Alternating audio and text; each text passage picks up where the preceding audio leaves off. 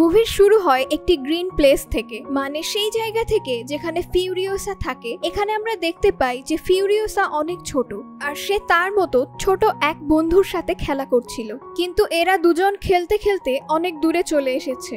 অনেক দূরে চলে আসার পরেই ফিউরিওসার বন্ধু ওকে বলে যে তারা তাদের বাড়ি থেকে অনেক দূরে চলে এসেছে, আর এত দূরে যাওয়া তাদের জন্য বিপজ্জনক হতে পারে, এজন্য তাদের তাড়াতাড়ি বাড়ি ফিরে যাওয়া উচিত। কিন্তু আমরা দেখি যে ফিউরিওসা ওর কথা শোনে না, আর ও ঘুরতে ঘুরতে আরো দূরে এগিয়ে যায়। অনেক দূরে যাওয়ার পরেই ফিউরিওসা দেখে যে ও একটি যাযাবর স্থানে চলে এসেছে, আর সেই যাযাবরের জায়গাতে বেসিক্যালি অনেকজন ডিমেন্টসের লোক রয়েছে।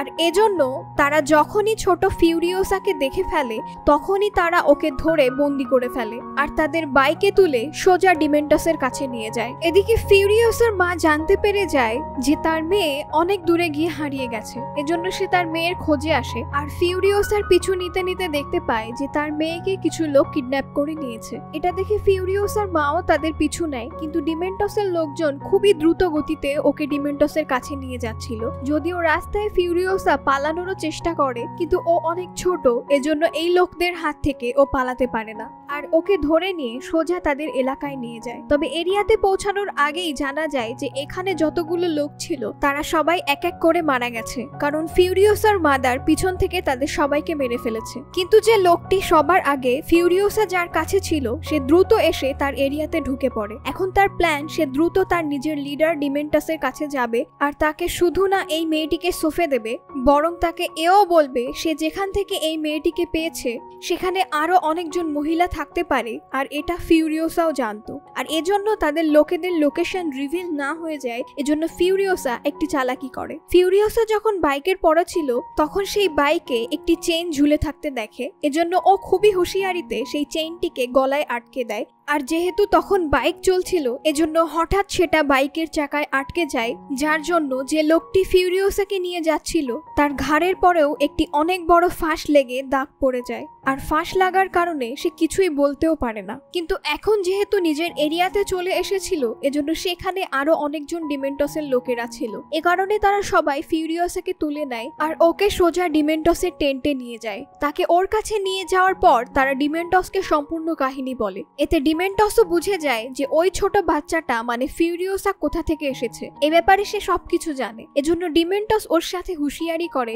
আর সে ফিউরিওসাকে বলে যে সে আগামীকালই ওকে ওর বাড়ি রেখে আসবে, আর ততক্ষণ ও এখানে থেকে আরাম করতে পারে, সবকিছু খানাপিনা করতে পারে। আর ডিমেন্টসের এখানে প্ল্যান ছিল যে সে ফিউরিওসাকে ওর বাড়ি ছেড়ে দেওয়ার বাহানায় নিয়ে যাবে, আর যেখান থেকে ও এসেছে ওই লোকেশনকে জেনে নেবে। এরপরে সেখানে যতজন মহিলা হবে ডিমেন্টস আর ওর লোকেরা সবাইকে ধরে নেবে। এর সাথে ডিমেন্টস এটাও মনে করে যে ফিউরিওসা যেখান থেকে এসেছে সে জায়গাটা বেশ সবুজ, এ কারণে সেখানে প্রচুর পরিমাণে খাবার আর পানিও থাকবে, সেজন্য ডিমেন্টসকে সেখানে পৌঁছানো খুবই প্রয়োজন। এখন এরপরে ডিমেন্টস তার সোলজারদের বলে যে তারা এই ছোট বাচ্চাটির খেয়াল করবে, আর ওকে পাশের টেন্টে নিয়ে গিয়ে ও যা খেতে চায় তাই যেন খাওয়ায়। এই অর্ডার পাওয়ার পরেই কিছু সোলজার্স ওকে পাশের টেন্টে নিয়ে গিয়ে আরামসে খাওয়াতে থাকে। কিন্তু তারপর আমরা দেখি যে সেই টেন্টের মধ্যে ফিউরিওসার মা চলে আসে, আর সে সেখানে সোলজারদের মেরে তার মেয়েকে নিজের সাথে নিয়ে যায়। তারপর ফিউরিওসার মাদার পাস্কিক বাইকে চড়ে ফিউরিওসাকে নিয়ে সেখান থেকে বেরিয়ে যায়, কিন্তু তাদের সেখান থেকে বেরোতেই ডিমেন্টস ওদের ব্যাপারে জেনে যায়,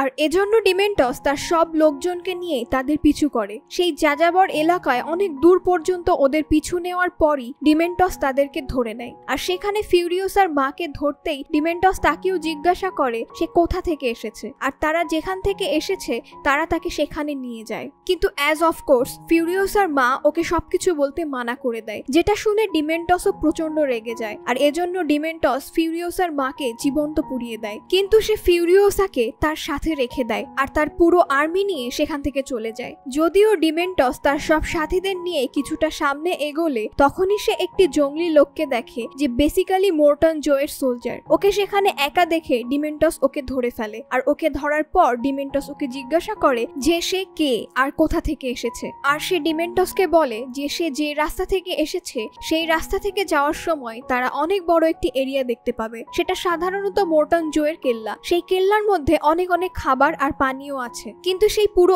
এরিয়াতে মর্টন জোয়েরই নিয়ম চলে। খাবার আর পানির কথা শোনার পরেই ডিমেন্টস এই ব্যাপারে সিদ্ধান্ত নেয় যে সে সোজা মর্টন জোয়ের কেল্লায় যাবে আর সেখানে গিয়ে মর্টন জোয়ের সব খানা পানি ছিনিয়ে নেবে আর তার পুরো এরিয়াকে নিজের কবজায় নিয়ে আসবে। তারপর এটা ভেবে ডিমেন্টস তার সব লোকদের নিয়ে সেখানে যায় আর মর্টন জোয়ের এরিয়াতে পৌঁছানোর পর সে মর্টন জোয়ের সামনে আসে আর তার সামনে এই কথা অ্যানাউন্স করে সে যেন তার সামনে সারেন্ডার করে আর এখন থেকে এই জায়গাকে ডিমেন্টস রুল করবে। কিন্তু আমরা দেখি যে এখানে মর্টন জো ওর উপর হামলা করে দেয়, যার পরে ইমর্টন জোয়ের সব সোলজার্স মিলে ডিমেন্টসের লোকদের উপর ফায়ারিং শুরু করে দেয় আর তাদের উপর বম ব্লাস্ট করে তাদের মারতে থাকে, যেটা দেখে ডিমেন্টসের অবস্থা খারাপ হয়ে যায় আর এজন্য বেঁচে যাওয়া লোকদের নিয়ে সে সেখান থেকে পালায়। এই হামলাতে ডিমেন্টসের অনেকগুলো লোক নিহত হয় আর ডিমেন্টস সিদ্ধান্ত নেয় যে সে মর্টন জোয়ের কাছ থেকে তার সব খাদ্য খাবার নেওয়ার জন্য অন্য কিছু প্ল্যান করবে। এখন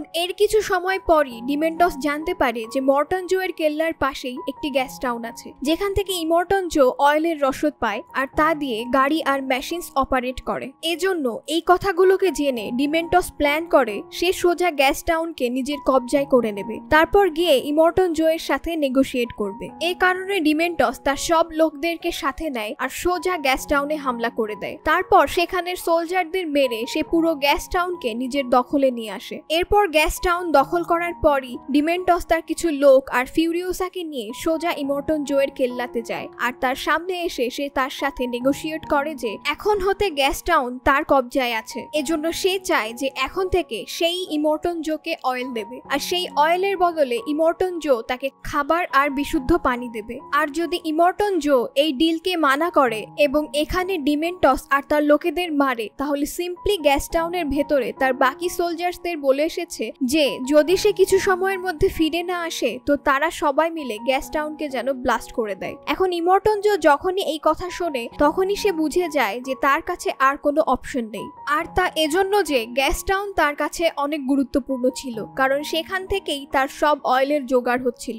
এ কারণে ইমর্টন জো ডিমেন্টসের শর্ত মেনে নেয় আর তাকে বলে যে সে তাকে টাইম টু টাইম অয়েল দেবে আর তার বদলে সে তাকে খাবার আর বিশুদ্ধ পানি দিতে থাকবে। এখন যদিও এখানে আমরা এটাও দেখি যে ডিমেন্টস তার সাথে এখানে ফিউরিওসাকে নিয়েও এসেছিল আর এই কারণে সে ফিউরিওসাকে দেখতেই ইমর্টন জো ডিমেন্টসকে বলে যে তার ডিলের সাথে এই মেয়েটিকে নেবে। এ কারণে ডিমেন্টস এই কথা শুনে এগ্রি হয়ে যায় আর সে ফিউরিওসাকে ইমর্টন জোয়ের কাছে দিয়ে দেয়। আর ইমর্টন জো ফিউরিওসাকেও তার অন্য সব স্ত্রীদের সাথে বন্দি করে দেয়, যাতে ফিউরিওসা যখন বড় হবে তখন সে তাকেও তার পত্নী করে নেবে আর তার থেকে নিজের আরো বেবিসকে রিপ্রোডিউস করবে।